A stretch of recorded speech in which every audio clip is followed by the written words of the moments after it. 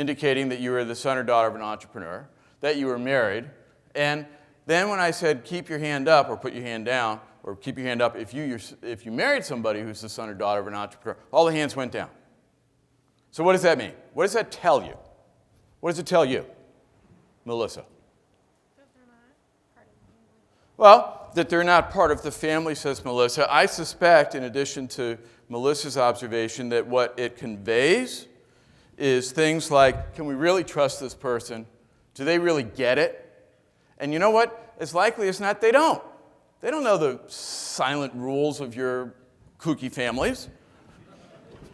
They don't know that we don't talk about, Uncle Benny, who, it was like cut off, right? Because he did the deal and didn't tell anybody and the money was missing and we don't talk. Yeah.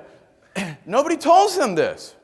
Nobody tells them, that no, you don't ask at Thanksgiving, gosh, I'd love to have stock.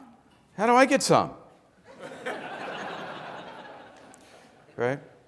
Because then what happens is, or the other thing that's kind of interesting is that happens is they, two siblings who know one another's hot buttons, they go to work and they have an argument and they disagree, but that's okay, they're cohesive, they're going to stick together, they've been fighting since they were kids, it's nothing new, they're used to it, right? But they can still get a little hot under the collar.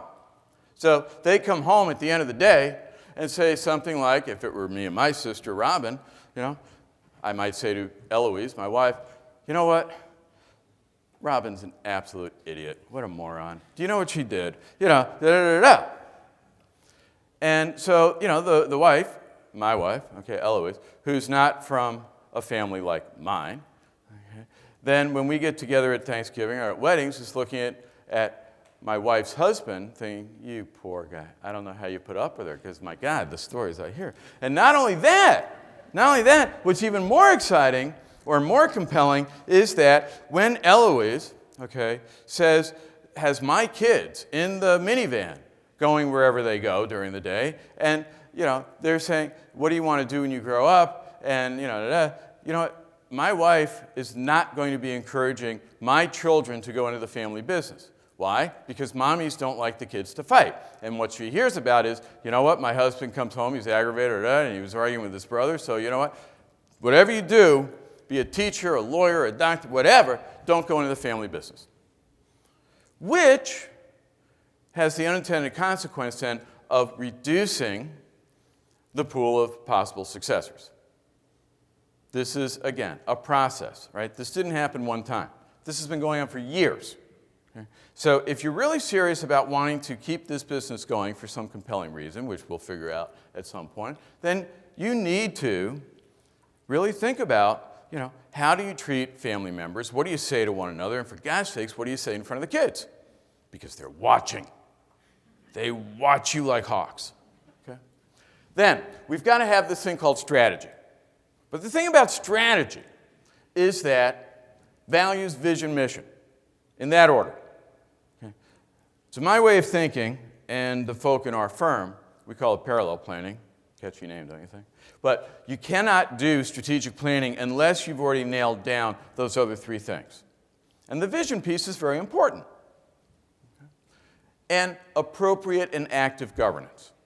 That is to say that, as we get to be, say, 50 or more employees, and if we're really serious about wanting to keep this business going for future generations for some compelling reason, and if it is likely that there will be more than one shareholder in the next generation, best advice is start thinking about corporate governance. Now, the thing about corporate governance, as I'll come back to in a few minutes, is that you need somebody to run it. Somebody's got to be the chairman, chairwoman, chairperson. You get the idea, right? Somebody's got to drive that bus. And in most family businesses, guess what the title reads?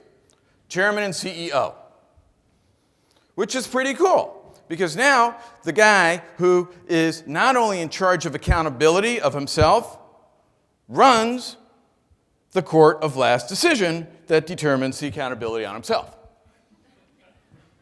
That's cool.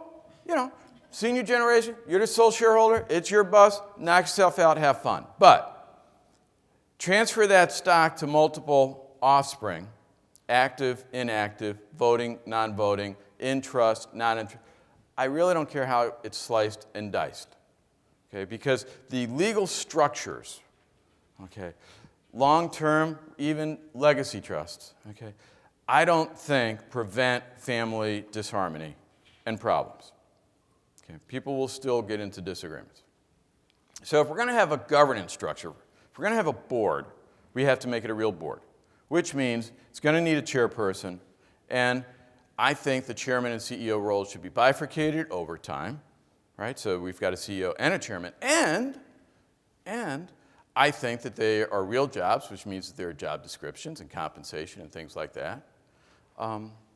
But to have a chairman is tough to do because the chairman's job also includes shareholder relations, in my opinion. That is to say, who's going to keep all those shareholders informed and make sure that the CEO is getting all those reports out. Okay. And the thing about chairmen who were CEOs, and the thing about CEOs in general, they really dig it. They like being boss. It's cool, right? I mean, yeah, it's a lot of headaches, it's a lot of stress, but you do it for 25, 30 years, you get pretty good at it, and you kind of like it. So you like making decisions, you like being decisive, and you love helping people. Really, you do. But as often as not, and we'll talk about letting go in the senior generation and when those transitions occur, okay, is if there isn't the retired, sometimes they'll come back, they work part-time. Okay, they're like arsonists, these people. Okay, they come back and they start these little fires. Right? And they do this to watch the fire engines run. It's fun.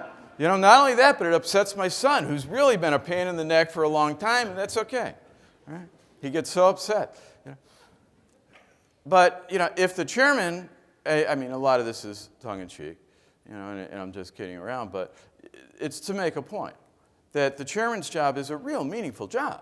And if we're going to call the senior generation member chairman, let's make it real, with accountability, with compensation, with office, with resources, with really smart folks for them to work with, and have some real teeth to this thing, I think.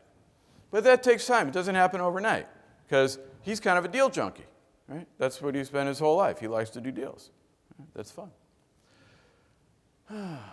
So, 2,000 cases, 70 countries. What have we learned? Number one, ladies and gentlemen, next generation members.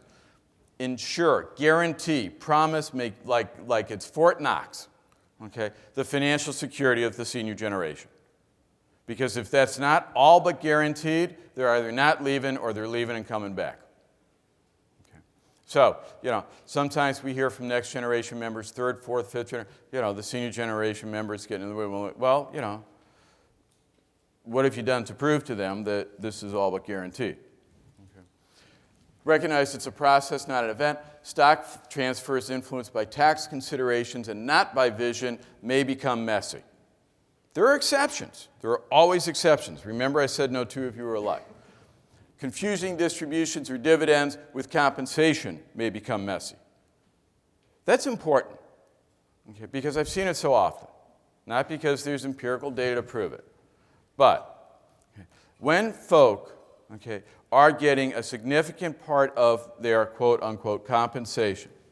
Okay, they work in the business, they have stock in the business, and so at the end of the year they get this big kick that's a piece of the profits, which is the distributed. Okay. I think that is more likely to cause long-term problems around compensation than if we pay somebody what they're worth or how they've contributed value to the enterprise, and you'll have to pay extra taxes for doing this. But then we make distributions or pay a dividend or something like that based on our distribution or dividend policy, which you're going to write this afternoon or someday, that dictates how much of profits go out to shareholders, okay, and differentiate those. Separating the CEO and chairman duties as soon as possible and as soon as it's reasonable to do so, I think is important. And again, recognize the right answer depends. Any consultant that's any good will tell you that. This is how we make a living. It depends. But seriously, It really does depend. It depends on your culture, on your ages, on any number of things that have happened in the past, and what the vision is, and how capable you are as individuals and as a family and as a business. You're going to need some policies. What kind? Participation. Jim's got one of those. Right? Who gets to work here, when, why, and how? What about ownership? Who gets to own stock, and what does stock mean? Really? What does stock mean? I mean, think about it, Brian. This is Brian over here. Think about it, Brian, because he's like, don't pick on me. You think it's easy being up here? Here's the thing. The thing about ownership and talking about what it means is, again, does this mean I've got a say? As likely as not, what you're hoping for, particularly if they have non-voting stock or something like that, is the answer is no. You don't have a say. On the other hand, again, going back to Jim's things, right? Just think about the responsibility of the parents of children, of the 26, was it, in G, right? Of those 26 offspring, okay, to prepare those children for meaningful lives in this world, whether in the business or not. They've got a responsibility to do that. It's important. But rarely is it discussed when we give that stock over. Okay, what comes with the stock and what doesn't come with the stock? Okay. Succession. How are we going to choose the next leaders? Okay. Directorships. Who gets to be on the board? And the thing with directorships, and again, going back to Jim, they've kind of figured this out. You know what's dangerous? To have, going back to that genogram, to have, say, 5 branches of the family that now own stock in the third or later generation, and to ask that there be 5 people on the board, 1 from each branch. That is a recipe for disaster, I think. Because what do you think? What's going to happen? You put 5 people on the board. They each have, representing their branch. What are they going to be thinking about when they're in the boardroom? Anybody? Their branch, yeah, right? And when you look at a board, this is someone or a body, right, with fiduciary responsibilities to all the shareholders. Well, how are you going to do that if you're only looking out for you? It's a problem. It's an opportunity. Something to think about. Compensation. Okay. Very often, okay, we find out that, but this happens a lot in third generation, going to cousins. Okay. That there's a founder, you get to second generation, guess what? We want to treat all our kids equally, so you know what? You come to work here, everybody gets paid the same, right? We're all equal in this place. That'll be great. We'll all get along. It'll be nice. Right? Not so good. Because you get down to third generation, right? No, they're not going to stand for it. Okay? And they're going to start nitpicking and going after it. It can get messy. Okay? Compensation needs to be clear and nailed down. Perks, vacation homes, who gets keys, who gets to use it when. Still kind of the same family business theme. Right? Buy-sell agreements, valuation. Ooh, something about buy-sell agreements. Okay? As likely as not, in your shareholder agreement, okay, the value of the stock, okay, is discounted. Is there a lawyer in the house or an accountant? Very good. You, sir. Bruce? Yes. Why do we discount the stock in these shareholder agreements as often as not? A couple reasons. One is it reflects reality. He's a lawyer. This could go on a while. Come on, cut to the chase, Bruce. It's supposed to be a proportionate share of enterprise. Yeah. Mm-hmm. Minority share is worth less. Why? Why is the minority cut to the chase? Because I know where you're going with this. Lack of control and lack of marketability. Bingo. Lack of control and lack of marketability. So guess what? Right? When Grandpa died, okay, he gave, what's your name? Ed. Okay? Ed, the grandson. Nice guy. Okay? Grandpa loved him. He loved all the grandkids. Ed got the same piece as well. He got, how many cousins have you got there, Ed? 8. Okay, so what's 100 divided by 8, Jim? More or less. We'll call it 12. About, okay? So he gets 12%. And the business is worth, I don't know, let's say it's $100 just to use round numbers. So, either he decides that his life is someplace else or his passion is something else, and he comes in to Rich's office, okay, his cousin, who's the CEO and chairman as likely as not, right? And he says, Rich, I'm done. I'm out. I think it's best that I go, because this is not my passion. It's really not what I want to do for my life. Grandpa gave it. It was that I'll take mine in cash. Here's my stock. Write me a check. So Rich writes him a check.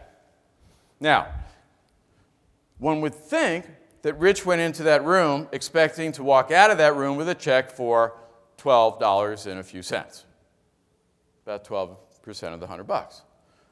But no, Rich is going to walk out of the room with a check as likely as not for about $5, maybe $6, more or less. And when Rich hands Ed the check for $5 or $6, and Rich says, thanks very much, whoa, I don't understand. This is $6. You owe me $12. Rich says, what? Read the shareholder agreement. It's a discount. He said, oh yeah? Guess what? You're going to hear pretty soon from my attorney, Bruce, because this is not fair and it's not what Grandma and Grandpa intended.